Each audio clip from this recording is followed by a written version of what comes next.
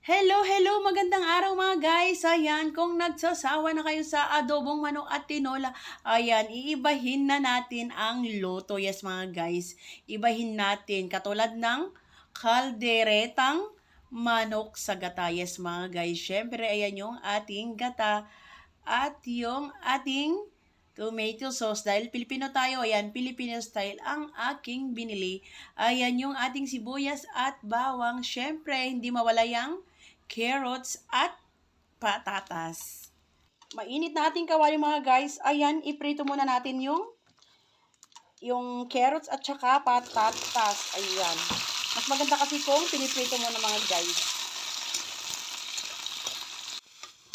At ito na siya mga guys, na prito na at ayan, hahanguin muna natin. Set aside muna natin. Naggigisa na tayo, pagsabayin na yan, dalawang recados na yan, bawang at sibuyas. Ilalagay na natin yung ating manok mga guys, ayan.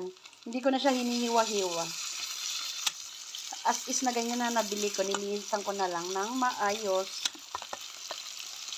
Siyempre, kung gustong hindi masyado malansa mga guys, lalamasin ng asin yung ating manok para hindi masyado malangsa. Ayan. Ito pala yung ating pangtitimpla mga guys. Ayan, patis.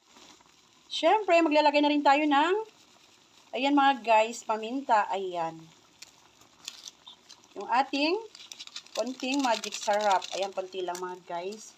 Siyempre, ilalagay natin yung ating dahon ng laurel. Ayan, dagdag aroma yan mga guys. Ayan, takpan muna natin mga guys at para patuyuin muna natin yung manok na yan. Bago ilagay yung tomato sauce at yung kanyang gata.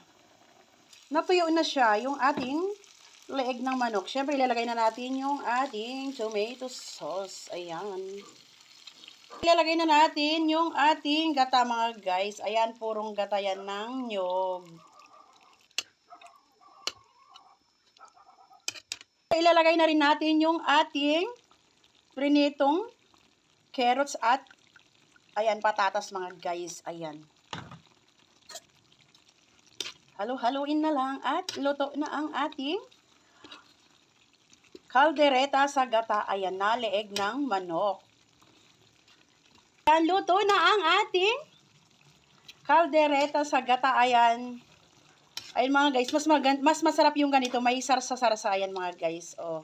Yung pinakasarsa niya is yung gata ng nyog. Ayan. Ito na mga guys, yung pinaka-exciting part sa lahat. Pagkatapos magluto ay kakain na. Ayan. Ang sarap-sarap mga guys, yung amoy pa lang napakasarap na. So, try nyo rin magluto mga guys ng kaldereta sa gata. Ayan. Para maiba naman mga guys, hindi na lang puro tinola, puro adobo. Ayan.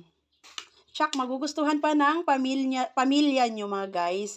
Ayan, so yun lang mga guys. Bye! Thank you for watching and God bless us all. Hi, pare, bye. Masarap? Sarap. Dung? Kasing sarap mo. Dung, masarap? Ate Gia? Sarap? So yun mga guys, nasarapan sila sa kaldereta sa gata. Ayan.